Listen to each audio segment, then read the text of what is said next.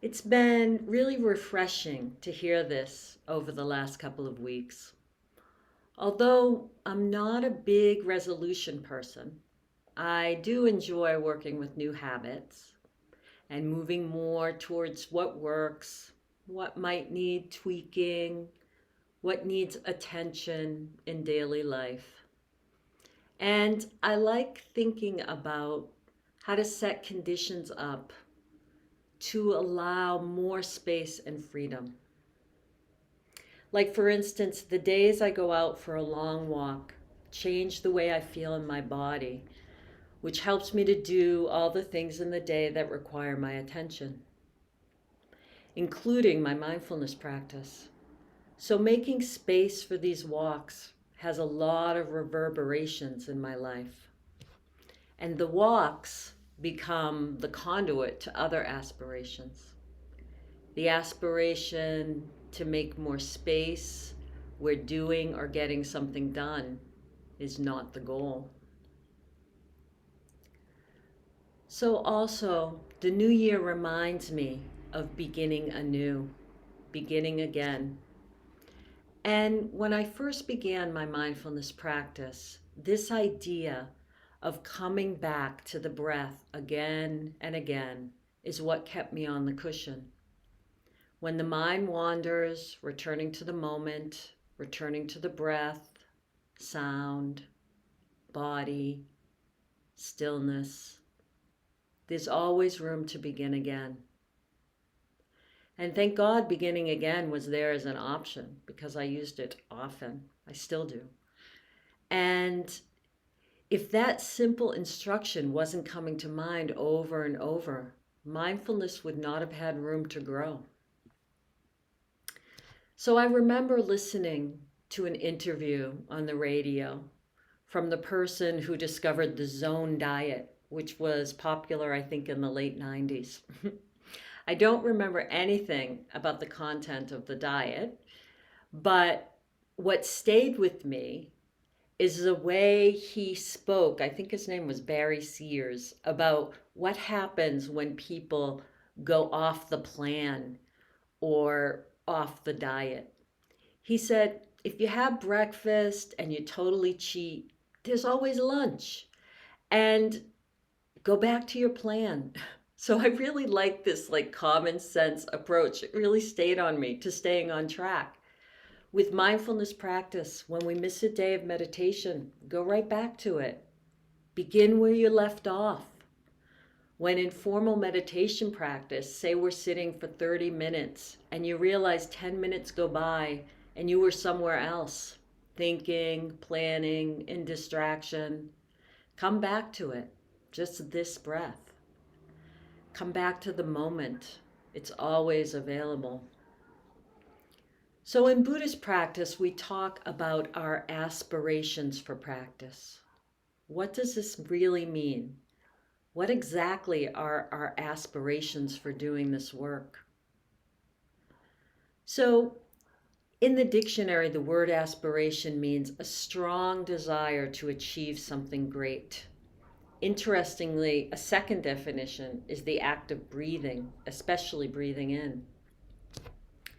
So, Charlotte Joko Beck, a North American Zen teacher who focused a lot on ordinary life practice, wrote about the difference between ambition or getting somewhere and aspiration.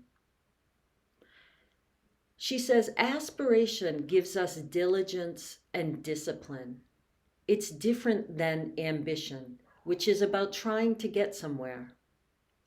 Ambition is motivated by our core belief that there is something wrong with us that can be fixed if we get to a certain place. Ambition says, I will open the door and I know what's on the other side and I'll take it.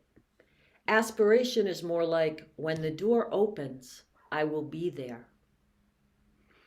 So I really love this passage. I can breathe easier. Okay, so how do I create the space to be there? To be open to the experience, and even the line when the door opens. Can I make space to see, to really be there when the door opens? What are the conditions I need in my practice and in my life for more doors to open? So, one simple example, another aspiration, and mind you, this is very much in process. And, we're orienting towards freedom. So, one example for me is I'm a morning person. However, this does not mean I jump out of bed to greet the day. I am the person who needs to get up out of bed because sleep is no longer available to me physically. But often, the transition to the day often feels heavy.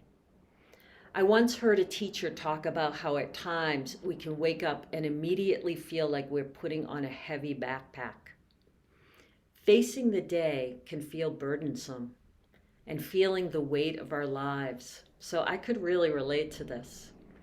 I spent some time thinking about why this is true for me. And of course, there are probably many causes and conditions because this has always been true since I was a young child. My best guess is that this is my temperament, my physiology, combined with genetics, and we'll throw in environmental factors. I have 2 children who cannot say many words in the morning until several hours pass, and one who is awake and alert to the day. So who knows? I often tease my partner that she wakes up like a puppy. I cannot understand this. So what is my aspiration around this? A traditional Buddhist definition of right aspiration is the desire to free oneself from attachment, ignorance, and hate. Aspiration nudges us in a direction that feels more wholesome. So coming back to waking up in the morning, I know I cannot will myself to wake up with love and openness to the day like I imagine I should. And what I notice is, even though I know loving kindness or metta is there, it is masked by the angst, and that's okay too. It will pass. I know these are the conditions for this human when I wake up, and it changes and moves through if I make space to let it. When the door opens, I will be there, says Joko Beck. Sharon Salzberg says, the aspiration to be spiritual, regardless of what that means, can get in the way of being present and feeling connected to ourselves. We may be seeking truth, and yet committing to the idea of a spiritual journey may involve denying the truth about what we're feeling.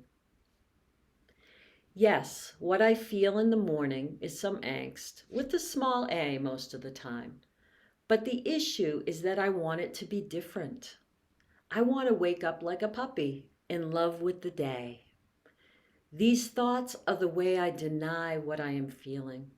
Because through no fault of my own, I feel a twinge, sometimes more, sometimes less, of burden, of heaviness. So what's my aspiration? So I'm gifting myself some time. I'm giving myself 15 minutes or so first thing in the morning to be in the feelings that are there with an open heart. To remember to have an open heart, I should say. Whatever the feelings are, because I know that once I'm awake, my morning person persona kicks in and I'm happy to be awake.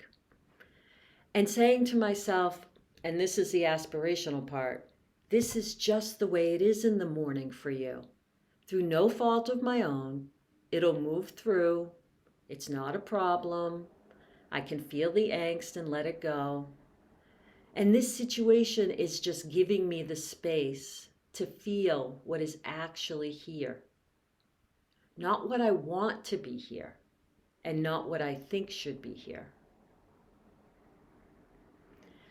So I'd like to end with a favorite poem of mine, and I'm staying with the morning theme. This is called One Morning by Rosemary Watola Traumer. She says, one morning we will wake up and forget to build that wall we've been building, the one between us, the one we've been building for years, perhaps out of some sense of right and boundary, perhaps out of habit. One morning, we will wake up and let our empty hands hang empty at our sides. Perhaps they will rise as empty things sometimes do when blown by the wind. Perhaps they simply will not remember how to grasp, how to rage. We will wake up that morning and we will have misplaced all our theories about why and how and who did what to whom. We will have mislaid all our timelines of when and plans of what, and we will not scramble to write the plans and theories anew. On that morning, not much else will have changed. Whatever is blooming will still be in bloom. Whatever is wilting will wilt. There will be fields to plow and trains to load and children to feed and work to do. And in every moment, in every action, we will feel the urge to say thank you. We will follow the urge to bow. So thank you for your kind attention.